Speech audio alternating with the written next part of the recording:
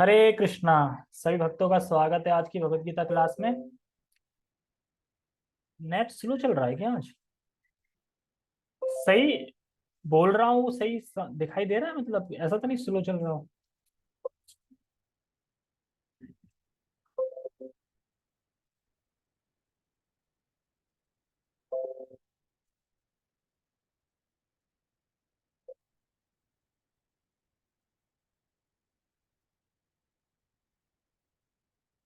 Okay.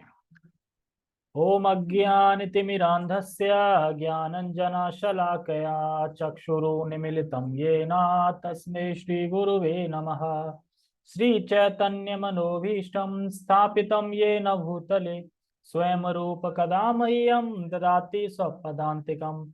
वन्देऽहं श्रीगुरो श्रीयुतापदकमलं श्रीगुरून् वैष्णवांश्च श्रीरूपं साग्रजातं सहगणरघुनाथान्वितं तं सजीवम् साधुवेतं सावधूतं परिजन सहितं कृष्ण चैतन्य देवं श्री राधा कृष्ण पादान सहगण ललिता श्री विशाखांत विशांचा। हे कृष्ण करुणा सिंधु दीन बंधो जगतपते गोपेश गोपिका कांता राधा कांता नमस्तुते।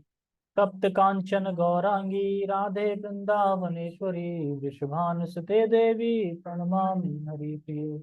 वाञ्छाकल्पतरुभ्यश्च कृपा सिन्धुभ्य एव च पतितानां पावनेभ्यो वैष्णवेभ्यो नमो नमः। जय श्री कृष्णा चैतन्य प्रभु नित्यानंद श्री अद्वैत गदाधर श्रीवासादि गौर भक्तवृंदा। हरे कृष्णा कृष्णा कृष्णा हरे हरे, हरे राम राम राम हरे हरे। रामाय रामभद्राय रामचंद्राय वेदसे रघुनाथाय नाथाय सीताय पते नमः। नमो विष्णुपादाय कृष्णपृष्ठाय भूतले श्रीमते भक्तिवेदांत स्वामिनि इति नामिने। नमस्ते सारस्वते देवे गौरवाणी प्रचारिणे निर्विशेष शून्यवादी पाश्चात्य देश तारिणे। हरे कृष्णा। तो आज इस श्लोक का लास्ट डेट है, मतलब लास्ट डे है। आज में हम इसको पूरा कर देंगे। एक सेकंड। तो शुरू करते हैं। इस श्लोक का अर्थ सबको पता ही है। बुद्धिर ज्ञानम समोहम क्षमा सत्यम। ठीक है, तो हम पहले श्लोक का उच्चारण कर लेते हैं। बुद्धि भगवत गीता यथारूप अध्याय 10 श्लोक क्रमांक 4 और 5। बुद्धिर्ज्ञानम सम्मोह क्षमा सत्यम दम शमा क्षमा सत्यम सुखम दुखम भव अभावो सुखम दुःखमो भयम चाभयेमेव च भयं चालये अहिंसा समता तुष्टि तपोदानं यशो यशः भवन्ति भावभूतानां भवन्ति वा मत्त एव पृथग्विदः। भवन्त्येव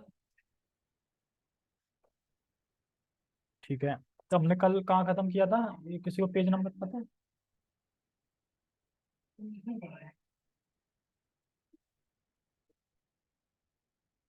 देखो, हमने यहाँ तक किया था उत्पन्न। इसमें कहीं आ रहा है? हाँ, उत्पन्न होता है। माया पाश में फंस जाने से उत्पन्न होता है। इसके लिए हमने बताया था, एक श्लोक कोट करा था। ऊपर होगा ये वाला, ठीक है, दिख रहा है श्रीमद् भागवतम में 11:2:37 में कहा गया है, द्वितीयाभिनिवेशिता स्याता भया। तो भय तो हमारे माया पाश में फंस जाने से उत्पन्न होता है। तो क्या है माया पाश में फंसना? कि भगवान के अलावा जो कुछ भी है तो उसमें अविनेश, मतलब अगर भगवान के अलावा किसी भी चीज में अविनेश हो रहा है तो उसी वजह से हम माया जाल में फंस जाते हैं। ये हमने बताया था। अब इसके आगे पढ़ते हैं, ठीक है। किंतु जो माया के जल से जाल से मुक्त हैं, जो आश्वस्त हैं कि वे शरीर नहीं अपितु भगवान के आध्यात्मिक अंश हैं, और जो भगवत भक्ति में लगे हुए हैं, उन्हें भय नहीं रहता। उनका भविष्य अत्यंत उज्जवल है। यह भय तो उन व्यक्तियों की अवस्था है जो कृष्ण भावनामृत में नहीं है। तो देखो, भक्त भयभीत नहीं होता है, इसका मतलब ये नहीं कि भक्त मूर्ख है। कैसे? ऐसा नहीं कि भक्त अपने आप को ट्रक के आगे कुदा ले, अपने आप को ट्रक के आगे कुदा ले, या कोई और विपत्ति अपने ऊपर मोल ले ले, तो मूर्ख नहीं है भक्त। भयभीत नहीं होता भगवान से, इसका मतलब ये नहीं है कि अब भयभीत तो हो नहीं रहा हूँ, ठीक है मैं ट्रक के सामने आ जाता हूँ, भयभीत तो है नहीं, मुझे किस चीज का भय है, तो कृष्ण रक्षा करेंगे ना मेरी। तो मूर्ख नहीं है, ये मूर्खता है। अगर कोई ट्रक के सामने कूद रहा है ये सोच के कि कृष्ण तो मेरी रक्षा करेंगे, तो मुझे क्या दिक्कत है, अब मर जाता हूँ और फिर मुझे धाम मिल जाएगा। तो वो मूर्ख नहीं है, ये बता रहे हैं।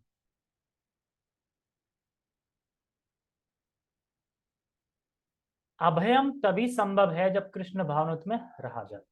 अभयम, देखो भय होता है मतलब डरना, अभयम मतलब नहीं डरना। तो ये कब संभव हो सकता है, जब हम कृष्ण भावनामृत में रहेंगे। अब ये बताओ कि कृष्ण भावनामृत में अगर रहेंगे तो क्यों अभयम हो जाएंगे, बताया था मैंने कल। अपने को फिर पता लग जाता है। ये क्या पता मतलब लगा। ये फीलिंग हो जाती है कि हम ये कार्य कर रहे हैं गलत कर रहे हाँ, हैं, ऐसे से नहीं। जैसे कि जो पापी लोग होते हैं वो भय में रहते हैं, उन्हें पता है कि हमारा कल बहुत बुरा होने वाला है, ठीक है। भले ही अभी कितने भी बड़ा चढ़ा के बोल रहा हूँ, पर उन्हें अंदर से पता रहता है कि भाई होगा तो बुरा ही, माँ इतना तो पता रहता है। तो लेकिन जो कृष्ण भावनामृत है, जो हमेशा भगवत गीता पढ़ रहा है, शास्त्र सुन रहा है, माला पे जप कर रहा है, सेवा कर रहा है, क्यों कर रहा है, क्योंकि वो मानता है कृष्ण मेरे स्वामी हो, मैं उनका सेवक हूँ। अब मैं उनका सेवक हूँ तो स्वामी अपने सेवक के लिए जो करना चाहे करेगा, तो स्वामी अच्छा ही करेगा। कहते हैं कि अगर कृष्ण बचाना चाहेंगे तो कोई मार नहीं सकता, और कृष्ण मारना चाहेंगे तो कोई बचा नहीं सकता, ठीक है। ये है, जैसे कि भागवतम में परीक्षित महाराज को उत्तरा उत्तरा थी, उत्तरा के घर में जाके बचाया, अंदर अंदर प्रवेश करके। तो परीक्षित महाराज भी देख रहे कि ये कौन आ रहा है, भगवान कितने बन के गए, अंगूठन मात्र से इतने छोटे बन के गए। अब ये नहीं पता कि अंगूठा मतलब बड़े इंसान का अंगूठा है कि जो महाराज परिचित है उनके अंगूठे के समान, मतलब ये नहीं, शायद उनके अंगूठे का होगा, तभी तो घर में प्रवेश कर पाएंगे। तो भगवान जब बचाना चाहें तो देखो ना, कहीं भी घुस के बचा लेंगे जाके। भगवान ही लीला कर रहे हैं, भगवान क्या मतलब वैसे नहीं बचा सकते थे, तो जरूरी था उनमें अंदर जाके भी तो वैसे ही रोक देते, जो भी उसने छोड़ा था। क्या छोड़ा था, नारायण अस्त्र छोड़ा था, क्या छोड़ा था। मंत्री बुला रहे थे। हाँ, किसी भी कुछ मंत्र बुला देते, कुछ भी कर सकते थे भगवान, तो कोई दिक्कत थी क्या, नहीं। लेकिन लीला करने के लिए, तभी तो महाराज, क्योंकि महाराज परीक्षित तो वेट कर रहे थे कि अब भगवान दर्शन देंगे। और फिर वो पूरे जीवन क्या करते थे, ये परीक्षण ही करते थे, जैसे परीक्षित राम पढ़ा था उनका कि ये वही है जो मुझे बचाने आया था, क्या यही है, इस तरीके से, ठीक है। तो कृष्ण मानते रहेंगे तो भय अभयम हो ही जाएंगे। अहिंसा का अर्थ होता है कि अन्यों को कष्ट ना पहुंचाया जाए। जो भौतिक कार्य अनेकानेक राजनीतिज्ञों, समाज शास्त्रियों, परोपकारियों आदि द्वारा किए जाते हैं, उनके परिणाम अच्छे नहीं निकलते, क्योंकि राजनीतिज्ञों तथा परोपकारियों की दिव्य दृष्टि नहीं होती, वे यह नहीं जानते कि वास्तव में मानव समाज के लिए क्या लाभप्रद है। जैसे इसमें कह रहे हैं कि जो अहिंसा, अहिंसा के ऊपर बात चल रही है ना, अहिंसा मतलब कि दूसरों को कष्ट देना। तो जैसे मैंने कल बताया कि अगर कोई मंगल आरती में सो रहा है तो हम उसे जगा के कष्ट देंगे ना, तो जगाना नहीं चाहिए ना, क्योंकि कष्ट होगा जगने में, उसे नहीं होगा जगने में। मान लो तुम अच्छी गहरी नींद में सो रहे हो, कोई जगा दे चलो उठो, तो क्या करना चाहिए, जगाना चाहिए कि नहीं जाने। जगाना चाहिए तो उसके हित के लिए है ना। हाँ, उसके हित के लिए भी है, तो इसलिए हमें लाइट जला देनी चाहिए। लाइट जलाने नहीं चाहिए, बताते हैं जो अपने प्रेसिडेंट है अपने दिल्ली के गुरुग्रेस, मोहन प्रभु, वो तो क्या करते हैं, खड़े होके ना शोर करते रहेंगे कुछ, मतलब कि सामने वाला जग जाए उसके लिए, मतलब वैसे नहीं उठाएंगे, कुछ ये गिरा देंगे, कुछ ये गिरा देंगे, कटक पटक खन खन, तो वो डिस्टर्ब हो गया, उठ ही जाएगा। अरे यार, इससे अच्छा वो फील करेगा कि मैं जग तो गया ही, अब नींद आ नहीं रही, वो शोर कर रहा है, तो इससे अच्छा उठ ही जाओ फिर, तो उठ जाएगा ऑटोमेटिकली। ये बता रहा है, और बता रहे हैं कि लाभप्रद है। देखो, भगवान से विमुख होके अगर कोई व्यक्तिगत कार्य हो या फिर कोई सामाजिक कार्य हो, किसी से हमें सुखी, कोई कार्य ये सुखी नहीं कर सकता, क्योंकि भगवान से विमुख होकर हम कर रहे हैं, तो कभी सुखी नहीं हो सकते। लेकिन सरकार और ये राजनीतिक क्या कर रहे हैं, भगवान को हटा के और फिर स्कीम ले आ रहे हैं कि तुम्हारे हमें इस तरीके से कल्याण करेंगे, तुम्हारा ये स्कीम निकाल के कल्याण करेंगे, कर रहे हैं ना, भगवान को हटा दिया अलग, तो क्या कल्याण होगा उससे, हित के लिए है, वो कभी हित के लिए नहीं हो सकता। इसीलिए एक कल्याण निकालते हैं तो दूसरा हो जाता है। ये बताना है कि भगवान को हटा के सारे कल्याण में कार्य करते हैं, इसलिए किसी का हित नहीं होता। तो अहिंसा का मतलब होता है कि दूसरों का हित मतलब हो, मतलब हिंसा नहीं करनी, कष्ट नहीं पहुंचाना चाहिए किसी को, ना वाणी से, न चित्रों से, न मन से, कैसे भी नहीं करनी चाहिए। तो यही बता रहे हैं अहिंसा। और बता रहे हैं अहिंसा का अर्थ है कि मनुष्यों को इस प्रकार से प्रशिक्षित किया जाए कि इस मानव देह का पूरा पूरा उपयोग हो सके। मानव देह आत्म साक्षात्कार के हेतु मिली है, गलत लिखा है। मानव देह आत्म साक्षात्कार के लिए नहीं मिली है, मानव देह मिली है भोग करने के लिए। मानव देह जो अपने जो शरीर मिला है किस लिए, भोग करने के लिए तो मिला है। आत्म साक्षात्कार के लिए मिला है क्या, किसके लिए मिला है, क्या लिखा है गीता में, कर रहा है कोई। अभी अपन देखा जाए ना तो अभी भी अपन खाना जो बनाते हैं भोग से ही बनाते हैं एक तरीके से, हाँ हाँ, खुद जो का बनाए भोग। हाँ, नहीं बनना क्या चाहिए। अभी अभी कानूनी नहीं होती कि ये सब्जी अच्छी नहीं लग रही है, ये सब्जी अच्छी लग रही है, इंक्लूडेड मैं, ऐसा नहीं कह रहा हूँ कि मैं नहीं, है ना, ये सब्जी अच्छी लग रही है, ये सब्जी अच्छी लग रही है तो ये बनाओ, तो इसका मतलब क्या, मैं कृष्ण को खिलाना चाह रहा हूँ खुद भोगना चाह रहा हूँ, अच्छा है। एक तो ये होगी। लेकिन इसमें अगर एक चीज अगर प्लस पॉइंट हो जाए, वो अंदर से ही स्वतः फीलिंग हो जाए कि ये चीज मुझे इतनी अच्छी लगती थी, कृष्ण को भी अच्छी लगेगी, तो पहले मैं इसे कृष्ण को खिला, तो यहीं पे स्टार्ट हो जाता है कि भगवान स्वीकार करना कर देंगे, क्योंकि हमें अच्छी लग रही है लेकिन मैं भगवान को खिला रहा हूँ, क्योंकि मुझे अच्छी लगी तो भगवान को भी अच्छी लगेगी, जब हमें अच्छी लगी तो किसी और को भी अच्छी लगेगी।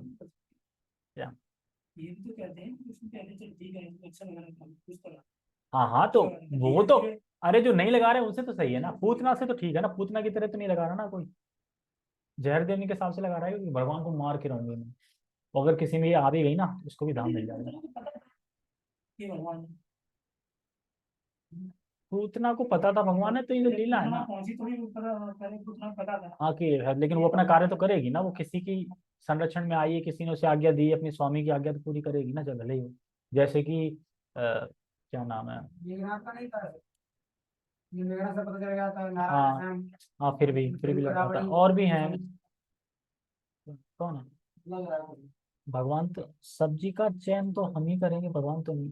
अरे मैं ये नहीं कह रहा हूँ, मेरा कहने का मतलब ये कि ये नहीं कि ये सब्जी अच्छी नहीं लगती, हम ये चयन करते हैं ना, सब्जी का चयन तो मतलब भगवान ही मान लो करा रहे हैं, मतलब हम ही करेंगे भगवान के लिए। लेकिन हमारे माइंड में ये नहीं आता कि ये सब्जी अच्छी नहीं लगेगी ये बनाओ, ये नहीं आता माइंड में, मतलब हमें अच्छी लगेगी ना, हम ये सोचे ना हमें अच्छी लगेगी, ये बात चल रही है।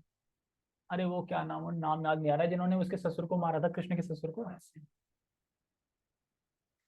अरे जिसमें नदी में दर्शन कराया था, क्या नाम है? अक्रूर। अक्रूर जानते थे ना भगवान है कृष्ण, फिर भी कंस की आज्ञा से लेके गए ना, तो वही है कि पूतना थी, आज्ञा मिली थी तो वो पूरा करेगी, उसे पता भरी मेरा काल आने वाला, ओके ठीक है। ओके, कहाँ पे थे। अतः ऐसी कोई संस्था या संघ जिससे उद्देश्य की पूर्ति में प्रोत्साहन ना हो, मानव देह के प्रति हिंसा करने वाला है, जिससे मनुष्यों के भावी आध्यात्मिक सुख में वृद्धि हो, वही अहिंसा है। तो देखो, प्रभुपाद जी आजकल की जो शिक्षा है उसको पता क्या बोलते हैं, भूचड़ खाना। ये कैसा वर्ड दिया, भूचड़ खाना बोलते हैं आजकल की शिक्षा है ना उसको, और क्यों बोलते हैं भूचड़ खाना, क्योंकि उस शिक्षा में आत्मा का ज्ञान कहीं नहीं है, भगवान के प्रति कैसे उन्मुख हो ये ज्ञान नहीं है, भगवान से हटाने का ही ज्ञान है। और आजकल तुमने देखा भी होगा ना कि बहुत ज्यादा पढ़े लिखे जाए कोई ना, और क्या मैं भगवान को मानता हूँ, तो आश्चर्यजनक हो जाता है। पता है हमारे लड़के भी बहुत पढ़े लिखे हैं, वो भगवान को भी मानते हैं, विश्वास करते हैं, इसका मतलब जो पढ़े लिख गया है उसे भगवान का भरोसा नहीं करना चाहिए, लेकिन वो कर रहे हैं, तो इसलिए भूचड़ खाना बोल रहे हैं। कहते हैं कि हम तो बहुत पढ़े लिख गए हैं, हम भगवान को क्या माने इस तरीके से। ब्रह्मा कितने पढ़े लिखे थे, वो भगवान क्या करे, आदि गोविंदम आदि पुरुषम तमम, उनके हर श्लोक में मिलेगा गोविंदम आदि पुरुषम तमम भजामि। आज मैंने पढ़ा था कि ब्रह्मा जी परेशान हो गए थे जब वो सृष्टि कर रहे थे, तो मतलब प्रॉपरली जो ब्रह्मांड जो बन गए थे, लेकिन उनमें प्रॉपरली लोग थे नहीं, मतलब भीड़ भाड़ सही थी नहीं, तो कह रहे क्या करूं कैसे करूं, तो उनके फिर शरीर से उत्पन्न हुए शत्रुपा और स्वयंभू मनु, ये दो, एक फीमेल बॉडी में एक मेल बॉडी में, मुझे फोन कर रहा है, एक फीमेल बॉडी में एक मेल बॉडी में। फिर ये बोलते हैं कि पिताजी हमें आपने, मतलब आप हमारे पिता हैं, आप आगे दीजिए हम क्या करें, तो ब्रह्मा जी बड़ा खुश हो जाते हैं कि ये पुत्र सही निकले दोनों। फिर सारी जो वंशज बढ़ी है ना, ये मनु से मनुष्य, ये यहाँ से बढ़ी है, पहले जो आए वो सब आए ऋषि, मतलब जितने भी ऋषि है ना 8 तरह के, जो अगस्त मुनि, ये मुनि वो मुनि, ये सब आए थे, मरीचि, ठीक है, कर्दम मुनि, देवहूति, ये सब आ गए थे, मतलब उसके बाद भी फिर शिव शंकर ने तो वो सांप कीड़े मकोड़े ये सब कर दिए थे, तो ब्रह्मा संतुष्ट नहीं थे, ये क्या है, ये नहीं हो रहे सारे। फिर वो शत्रुपा और स्वयंभू मनु, यहाँ से वंशज स्टार्ट होता है, तो इन्होंने वंशज बढ़ाया, और जो ब्रह्मा उन्होंने क्या बढ़ाया, उन्होंने परंपरा बढ़ाई, दोनों चीज बढ़ी ना, ब्रह्मा से नारद, नारद से वेद व्यास, ऐसे करके बढ़ी, फिर माधवेंद्रपुरी ऐसे करके बढ़ती आई, और वहां से वंशज जो बढ़ी है वो वंशज बढ़ी है उससे मनु से, इस तरीके से तुम्हें पूरी सृष्टि का दिया है। माधवेंद्रपुरी उस पे है ना, मध्वाचार है। नहीं नहीं, मध्वाचार अपने संप्रदाय में थोड़ी है। माधवपुरी है। हाँ, ब्रह्मा है सबसे पहले, ब्रह्मा से नारद, और नारद से फिर वेद व्यास है, और वेद व्यास से फिर माधवपुरी है। माधवपुरी, माधवपुरी है वेद व्यास से, और माधवपुरी के बाद फिर और नीचे नीचे बहुत सारे नाम, तो ईश्वरपुरी हैं, फिर चैतन्य महाप्रभु हैं। क्या? अच्छा, उसमें गुरु परंपरा। हाँ, चलो उसमें तुम देखो, तब तो मैं आगे पढ़ता हूँ।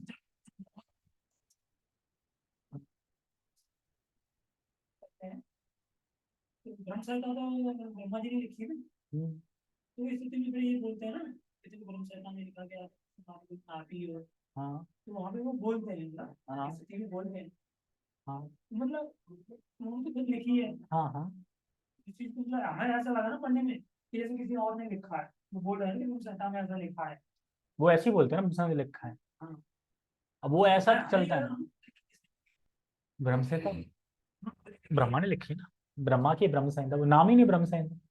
वो ऐसा बोलते हैं, देखो कि इनने ऐसा कर दिया, भले वो लड़का होगा, देखो इनने ये काम कर दिया, ऐसे करके मतलब बोलते हैं इस तरीके से, तो बोल रहे हैं।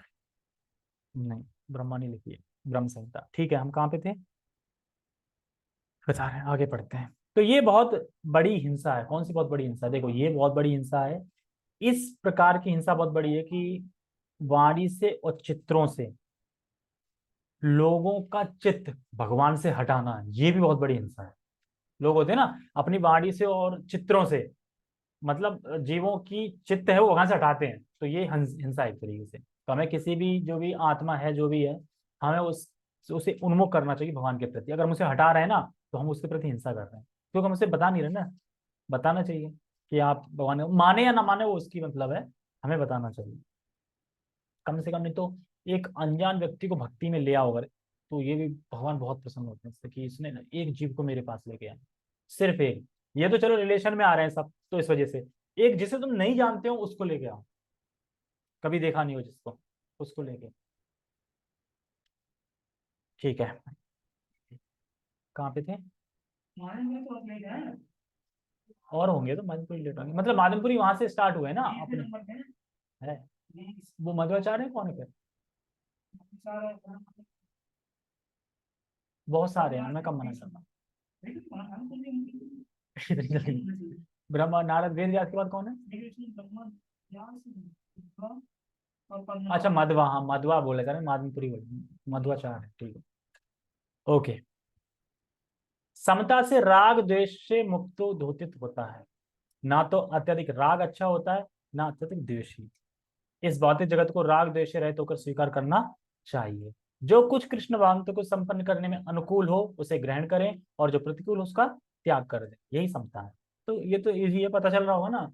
जो भगवान की भक्ति के लिए अनुकूल है उसको ग्रहण करना, जो प्रतिकूल है उसका त्याग करना। जैसे कि यहाँ पे एक तरीके से राग और द्वेष का उपयोग करना बता रहे हैं। तुम राग कर रहे हैं किसी से, तो उसका उपयोग कैसे करना चाहिए। तुम द्वेष कर रहे हैं किसी से, तो उसका उपयोग कैसे करना चाहिए। जैसे अगर जिस चीज से राग है, तो उसका उपयोग कहाँ करना चाहिए? कृष्ण भक्ति में। मतलब जैसे कि सुबह उठना, उसमें आसक्त हो, उससे राग करना है तुम्हें, मतलब आसक्त होना है उससे। और लेट उठना, उसे त्यागना है, इस तरीके से। और सबसे बड़ी बात इसमें ये आई, प्रातः काल जल्दी उठना चाहिए, और वही नहीं हो पाता बस। प्रातः काल पता नहीं कितना भी कर लें कि सुबह जगना ही है, और फिर भी सुबह पता नहीं अलार्म कैसे बंद कर। 6 घंटे सुनने के हाँ, सोना ही चाहिए, बस वही है कि नींद नहीं हो पा रही पूरी से, लगता है। ठीक है, तो कह रहे हैं यहाँ पे कि यहाँ पे जो भक्ति के लिए सही है उसमें आसक्त होना चाहिए, और जो भक्ति के लिए सही नहीं है उसे परित्याग कर देना चाहिए, यही प्रयोजन है। ठीक है, यही समता है। कृष्ण भावनामृत युक्त व्यक्ति को ना तो कुछ ग्रहण करना होता है, क्यों, भूखा रहता है क्या वो, ना त्याग करना होता है उसे, तो कृष्ण भावना से संपन्न करने में उसकी उपयोगिता से प्रयोजन रहता है। समझ गए? उसे अपने लिए कुछ ग्रहण नहीं करना होता है, जो कुछ भी है उसे भगवान की सेवा में, भगवान के उपयोग में लिए करता है, और फिर भगवान का प्रसाद जो होता है वो खुद ग्रहण करता है। खुद का नहीं कुछ करता, भगवान का करता है, प्रयोजन रहता है। देखो, लोग इस जगत में क्यों कुछ कुछ ग्रहण क्यों करते हैं? जो भक्त नहीं है मान लो, वो इस जगत में ग्रहण क्यों करते हैं? कुछ भोग के लिए करते हैं, कुछ भी ग्रहण करें तो भोग के लिए करते हैं, और जब बोर हो जाते हैं उस भोग से तो फिर त्याग देते हैं उसको। ठीक है, लेकिन भगवान के भक्त ऐसे नहीं।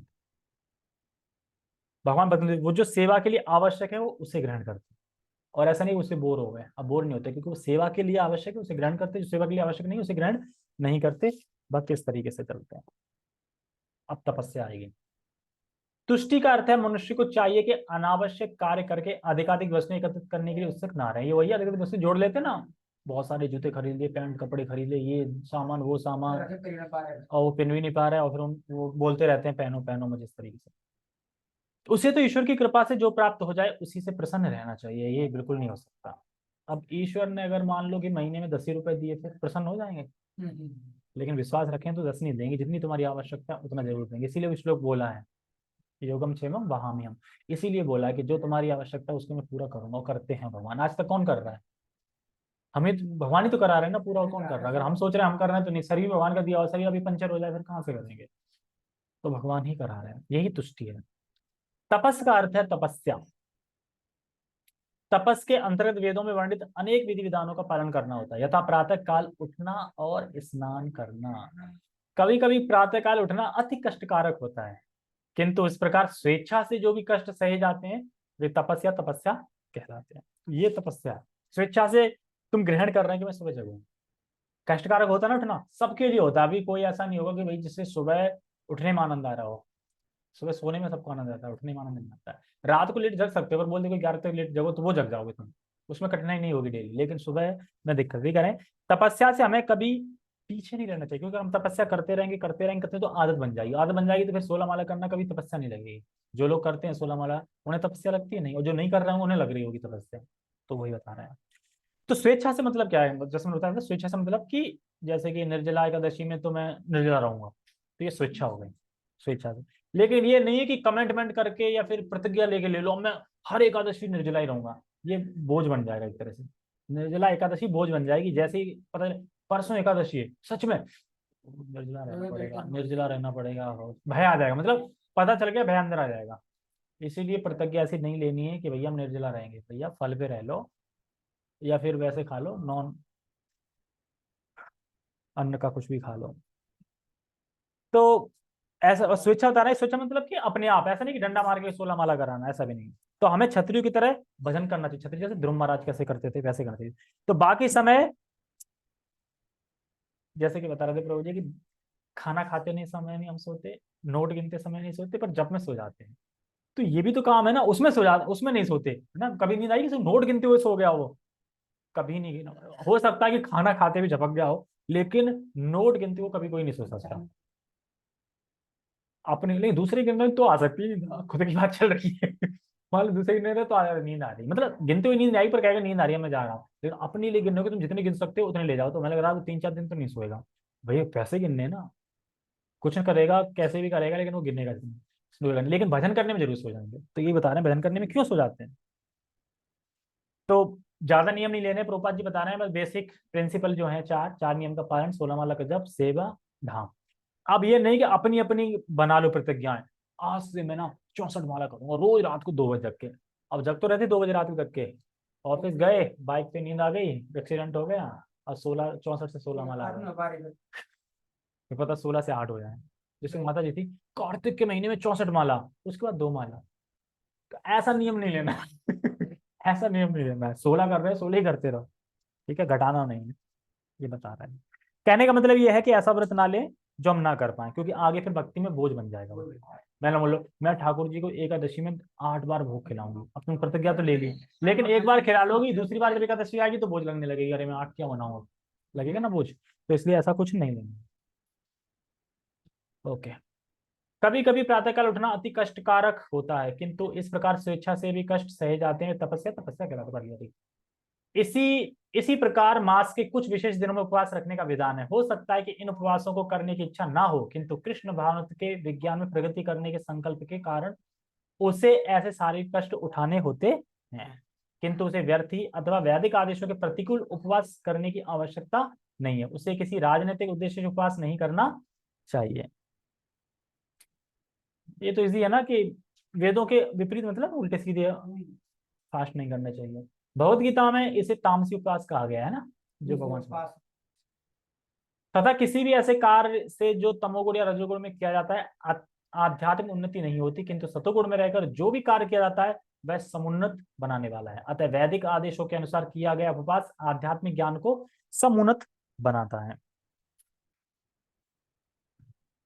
देखो, समुन्नत बनाता है मतलब मुक्ति का साधन तो है इस संसार में, मुक्ति का साधन है, लेकिन लोग क्या कर रहे हैं, उस मुक्ति के साधन को अपने इंद्र तृप्ति के लिए यूज कर रहे हैं।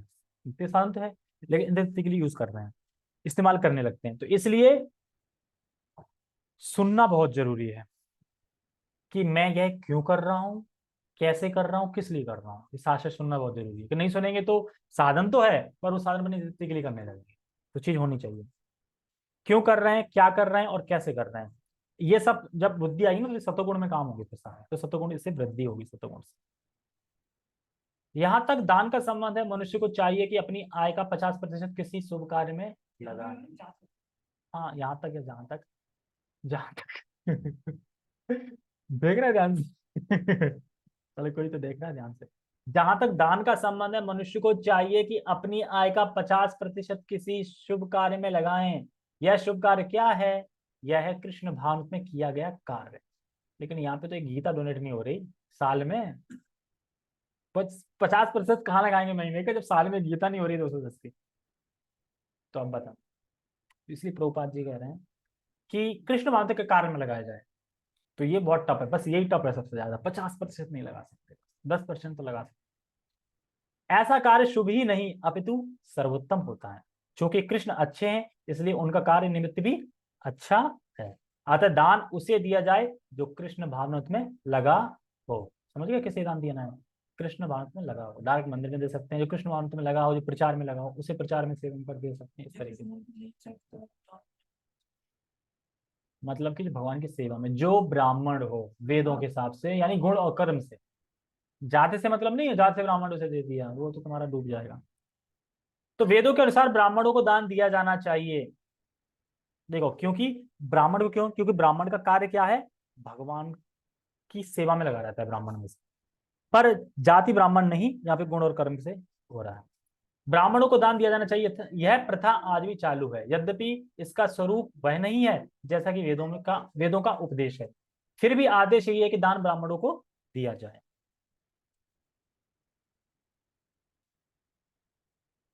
वह क्यों? क्यों दिया जाए ब्राह्मणों को? क्योंकि वे आध्यात्मिक ज्ञान के अनुशीलन में लगे रहते हैं।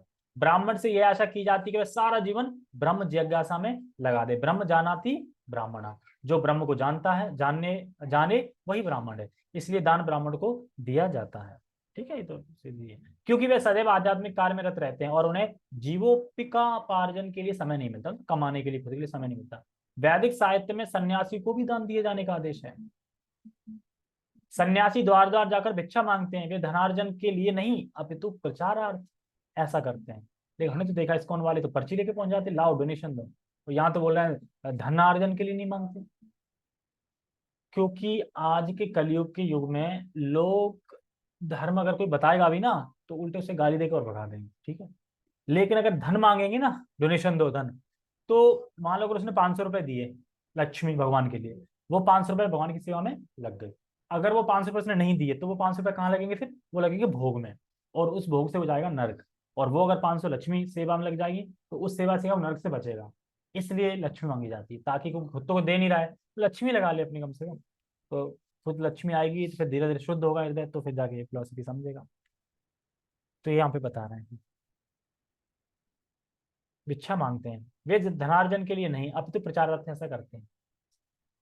वे द्वार द्वार जाकर गृहस्थों को अज्ञान की निद्रा से जगाते हैं। क्योंकि गृहस्थ गृह कार्यों में व्यस्त रहने के कारण अपने जीवन के वास्तविक उद्देश्य को, कृष्ण भावनामृत जगाने को, भूले रहते हैं। अतः यह सन्यासी का कर्तव्य है कि भिखारी बनकर गृहस्थों के पास जाएं और कृष्ण भावनामृत होने के लिए उन्हें प्रेरित करें।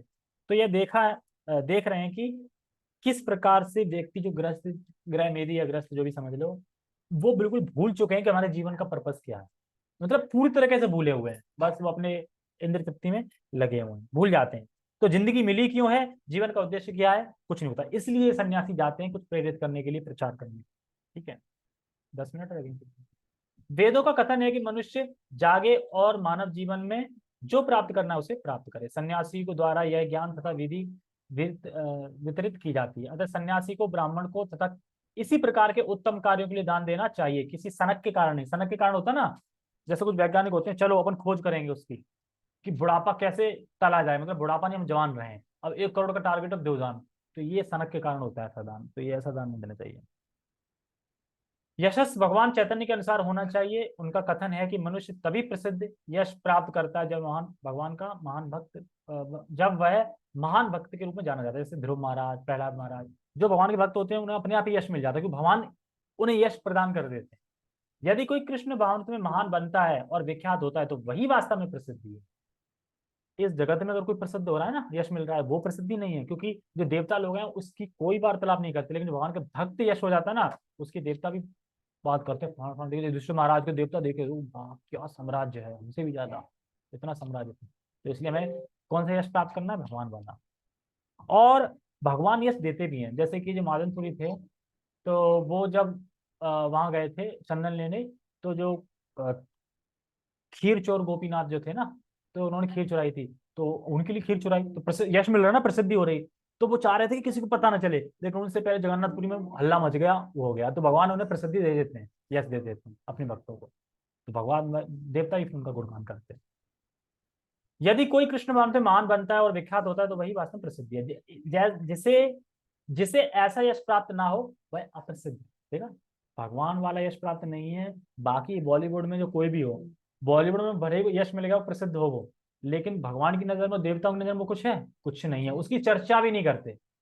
यहाँ तक कि बता रहे थे कि जो राक्षस होते हैं ना, वो पृथ्वी लोक तक तो देखते ही नहीं। अगर उन्हें कोई मतलब, जैसे कि जब मोहिनी आई थी तो कह रही मुझे लग रहा है ये कहीं देवलोक से आई है, वो कह रहे नहीं कहीं स्वर्ग लोक से आई है, यहाँ से आई। लेकिन एक बार भी ये नहीं बोला कि मृत्यु वहां से आई, पृथ्वी से आई। मतलब वो जानते हैं पृथ्वी का है ही नहीं सुंदर, पृथ्वी से ऊपर ही लोग सुंदर है, पृथ्वी तक कोई सुंदर है ही नहीं। इस तरीके से सारे ये सारे गुण संसार भर में मानव समाज में तथा देव समाज में प्रकट होते हैं। अन्य लोकों में भी विभिन्न तरह के मानव हैं और ये गुण उनमें भी होते हैं। तो जो व्यक्ति कृष्ण भावना में प्रगति करना चाहता है उसे कृष्ण से ये सारे गुण उत्पन्न कर देते हैं, कृष्ण उसमें ये सारे गुण उत्पन्न कर देते हैं। किंतु मनुष्य को तो इन्हें अपने अंतर में विकसित करना होता है। जो व्यक्ति भगवान की सेवा में लग जाता है वह भगवान की योजना के अनुसार इन सारे गुणों को विकसित कर देता है। जब लग जाए वो तो अपने आप सारे गुण विकसित हो जाते हैं। हम जो कुछ भी अच्छा या बुरा देखते हैं उसका मूल श्री कृष्ण है। मूल श्री कृष्ण है मतलब इसका अर्थ ये नहीं है कि कृष्ण में कुछ बुरा है, मतलब ना रजोगुण तमोगुण सब कृष्ण से आया है। इसका मतलब ये नहीं कि कृष्ण तमोगुण है, आया उनसे है, पर ये नहीं कि उनमें है। इस तरीके से मान लो कि अब एक कौन सा एग्जाम्पल दूं, मान लो किसी की दूध की फैक्ट्री है, तो दूध की फैक्ट्री है तो वो मालिक दूध उस हिसाब से उससे आ रहा है, लेकिन ऐसा नहीं कि वो दूध उससे आ रहा, मतलब रियली तो दूध उससे नहीं आ रहा, दूध तो गाय से आता है, लेकिन बोला क्या जाएगा फलाना जैसे मदर डेयरी से, जैसे मदर डेयरी एक ब्रांड है। अब दूध कहाँ से आ रहा है? मदर डेयरी से, लेकिन क्या मदर डेयरी से आ रहा है? गाय से आता है ना। तो उसी तरीके से सारे गुण भगवान से आ रहे हैं, ये नहीं कि भगवान में कोई बुराई है। और कहाँ पे थे? हाँ, तो इस संसार में कोई वस्तु ऐसी नहीं जो कृष्ण में स्थित ना हो। तो ये बता रहा है कि अव्यक्त मतलब कृष्ण में ही सब कुछ है, कृष्ण में नहीं भी है, वो अचिंत्य वेदा वेद। यही ज्ञान। यद्यपि हम जानते हैं कि वस्तुएं भिन्न रूप में स्थित हैं, किंतु हमें यह अनुभव करना चाहिए कि सारी वस्तुएं कृष्ण से ही उत्पन्न है। तो जितने भी 13 गुण बताए गए ये सारे कृष्ण से ही उत्पन्न है, हमें यह समझना चाहिए। ठीक है, बहुत बहुत धन्यवाद। हरे कृष्णा। जगत गुरु श्रील प्रभुपाद की जय। श्रीमद् भगवद गीता की जय। निताय निताय गौर प्रेमानंदे। हरि हरि बोल। हरे कृष्ण।